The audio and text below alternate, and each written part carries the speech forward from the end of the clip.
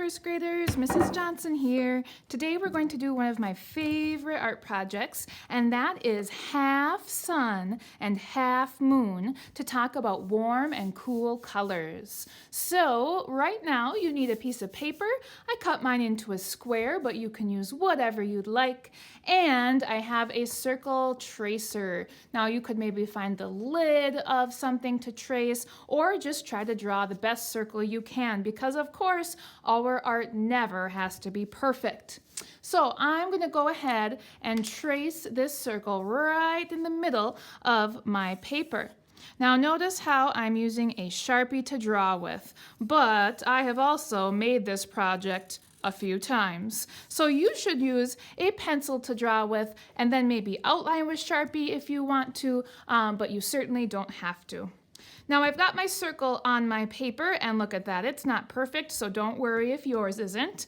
And now we're going to split our circle down the middle, but we're going to add a nose. And if you look at your paper, you can see there are different choices for this part, but I'm going to go ahead and make a line, but have a nose with it also.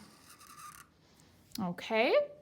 Then you want to stretch this line down to the bottom of your paper and stretch it up to the top of your paper too. Next, we're going to make eyes. So this side with the nose attached is the moon. The moon side looks like a half moon from the side. Now you can make any kind of eye that you would like for your moon, a cartoon looking eye, a closed eye, it's up to you. I'm going to make one eye, and it's going to be closed because my moon is sleeping. It's nighttime. Now our moon already has a nose. It is connected. We're going to jump on over to the sun and put an eye over here. The eye over here I'm going to make open because it's daytime. It's going to be a football shape. And there's my eyeball. And of course you can make your eye however you want. So I have eye, nose. Now, my sun is actually going to share the nose with the moon. So we're going to move down to the mouth. Now, the mouth is also going to be shared on each side of this line. Over here, I'm going to make it have a cheek. But on this side, I'm going to make it be an open smile, like that, and maybe I'll make a different kind of cheek. So we have our sun and our moon right now. On the sun side only, you're going to make some sunshine. And there are different ways that you can make your sunshine. I'm going to go ahead and make a spiky zigzag line for my sunshine over here. And you can even add something fancy like little triangles in there too. You could make your sunshine look like real fire if you want. It's up to you. I'm going to move back over to the moon side. And this is a choice. You do not have to make this, but I'm going to put an old-fashioned sleeping cap on my moon. You have maybe seen these before in movies, but they kind of look like a Santa hat. It's just an old-fashioned sleep cap. And of course you can decorate that with polka dots or stripes or whatever you'd like. All right, so we have half moon, half sun.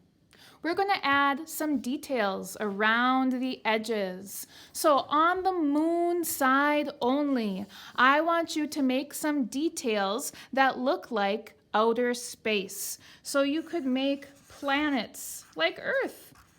There's Earth right there. You could make a rocket ship blasting off into space. You could make an alien UFO.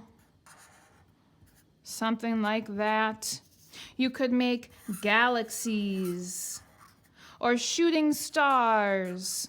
Anything that you'd find in outer space. Go ahead and make 3 details around your moon side that show me outer space. Look, we could even add Saturn in there with the rings around it. All right, moving on to the sun side. Again, I want you to make 3 details around the sun side, but something you'd see in the sky in the daytime. So maybe you draw a helicopter. There's a helicopter. Maybe you draw a bird. Here's a bird.